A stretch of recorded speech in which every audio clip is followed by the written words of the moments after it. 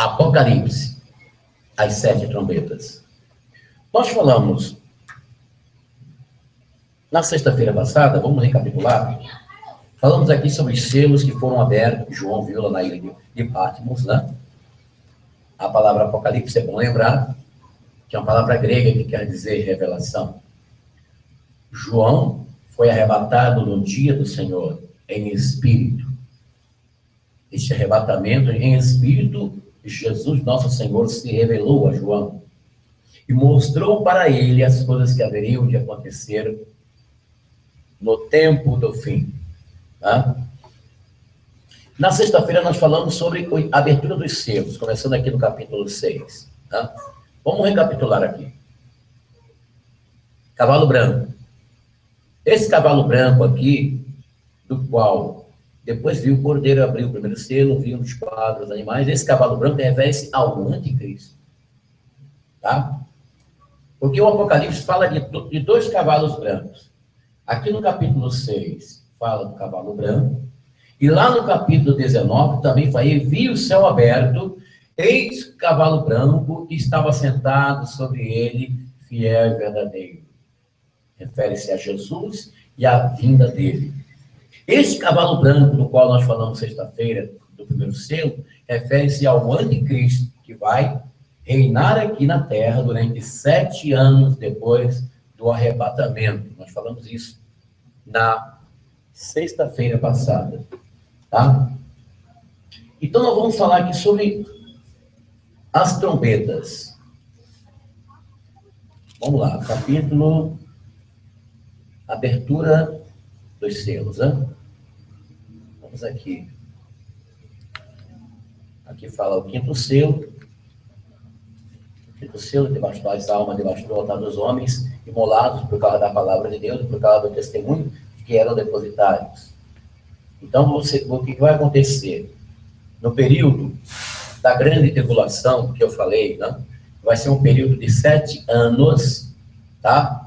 É muito importante você guardar isso que estou falando agora, porque isso chama-se escatologia, estudo de eventos bíblicos. Tá? Eu ainda vou trazer para vocês aqui um mapa dispensacional, que vocês lembram, porque isso é uma sequência, por isso que é importante vocês virem. Nós falamos sobre as dispensações, tá? Essa dispensação do qual nós estamos agora é a dispensação da graça. A palavra graça na Bíblia quer dizer favor imerecido. Capítulo 2, versículo 11 da carta de Paulo a Tito. A graça de Deus se há manifestado, trazendo salvação a todos os homens. Então, este período, este momento, é o período do qual o apóstolo São Paulo, ele fala na epístola aos Romanos, que Israel rejeitou o Messias, rejeitou Jesus. E Deus, então, abriu a porta para os gentios, que somos nós.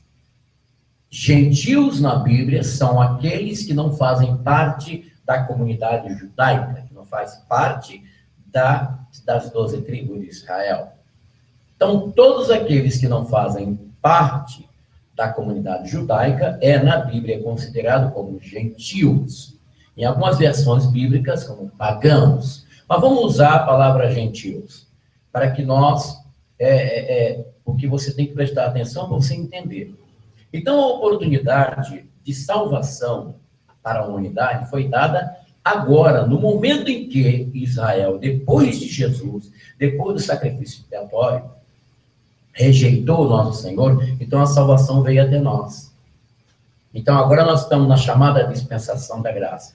Essa dispensação da graça, ela terá o seu ápice no período que a Bíblia chama da grande tribulação. O nosso Senhor, no capítulo 24 de Mateus, ele diz que haverá na terra uma tribulação como nunca houve desde a fundação do mundo. Vamos lá, vamos ler isso aqui, porque isto é muito importante para que nós tenhamos uma compreensão e desse selo. Esse selo que foi aberto, que fala do cavalo branco, referindo-se ao anticristo. Vamos lá, vamos aqui para Mateus, no capítulo 24, que é o primeiro evangelho de Nosso Senhor, na Bíblia Sagrada, tem Mateus, Marcos, Lucas e João. É isso, pessoal? Então, vamos lá. Logo após os dias de tribulação, o sol escurecerá, a lua não terá sua claridade, cairão do céu as estrelas, as potências dos céus serão abaladas, então aparecerá no céu o sinal do Filho do Homem, e todas as tribos da terra baterão no peito e verão o Filho do Homem vir sobre as nuvens dos céus com poder e grande glória. Ele enviará os seus anjos com estridentes trombetas e juntarão os seus escolhidos dos quatro ventos de uma extremidade do céu à outra.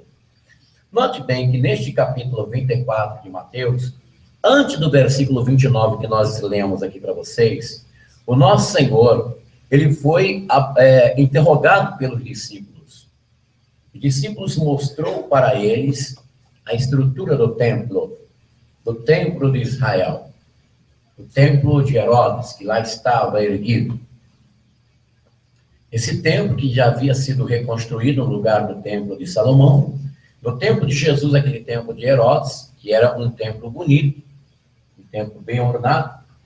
E os discípulos mostraram para Jesus.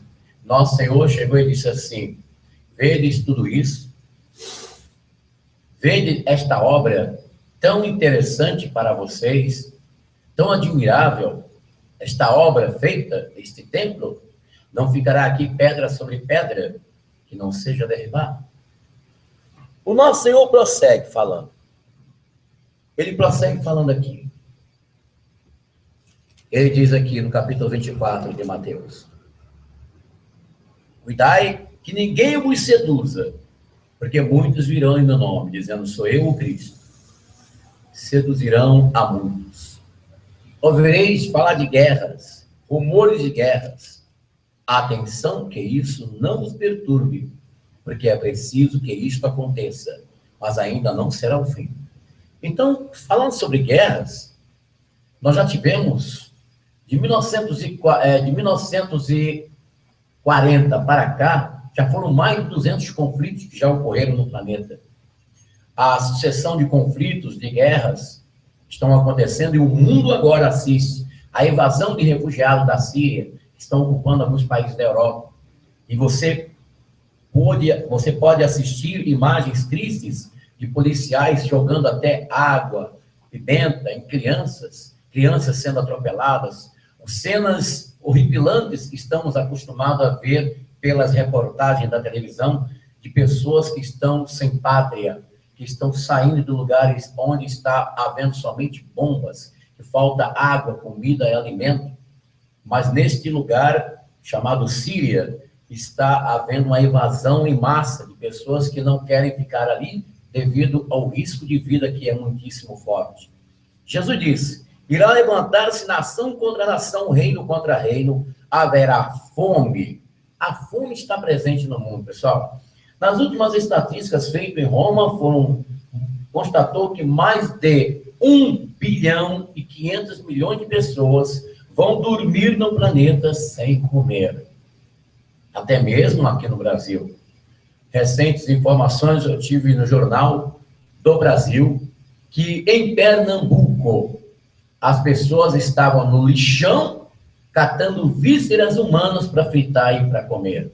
Aqui no nosso país, Brasil, até mesmo aqui em São Paulo, em plena capital, que é composta de 17 milhões de pessoas, mas aqui, no lugar mais próspero do Brasil, pessoas estão indo dormir sem comer. Podemos dizer isso porque aqui na nossa igreja chega pessoas dizendo assim: olha, eu não comi um pedaço de pão, eu estou sem comida na minha casa. É triste, pessoal, a fome. Jesus diz: pestes, grandes desgraças em diversos lugares, terremotos, tudo isso será apenas o início das dores. Então, sereis entregue aos tormentos, sereis mortos e sereis, por minha causa, sereis objeto de ódio para todas as nações. Isso já está acontecendo. Os cristãos sendo odiados em vários países. Nos países onde predomina o comunismo, as pessoas estão sendo perseguidas, os cristãos. Os cristãos estão sendo assassinados pelo Estado Islâmico em pleno Oriente Médio. Cristãos que professam a fé em Jesus estão sendo arrebatados do Egito pelos soldados assassinos do Estado Islâmico, estão sendo degolados por causa da sua fé. Isto está se cumprindo. Nosso Senhor diz: muitos sucumbirão, serão traídos mutuamente, se odiarão, irão levantar-se muitos falsos profetas, seduzirão a muitos. E, ante o progresso crescente da iniquidade, a caridade de muitos esfriará. Entretanto, aquele que perseverar até o fim será salvo.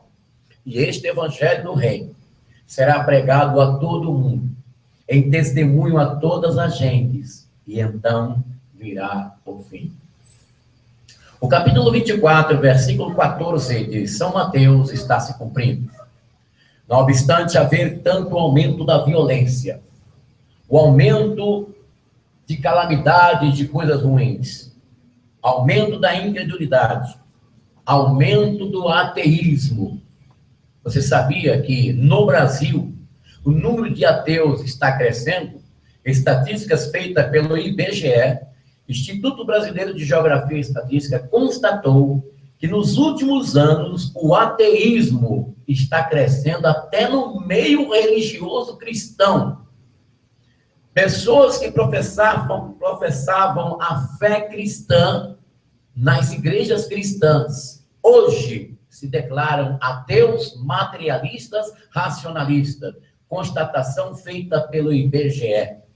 Não obstante haver o crescimento do ateísmo, da incredulidade, do materialismo, das heresias, de tantas coisas que contrariam os princípios do que nós conhecemos na Bíblia Sagrada, mas a pregação do Evangelho está sendo disseminada no mundo, através dos meios de comunicação, através do satélite, através da internet, através dos livros, através dos meios de comunicação mundial. O Evangelho está sendo pregado. E Jesus diz: quando este Evangelho do reino for pregado a todo o mundo, em testemunho a todas as gentes, então virá o fim.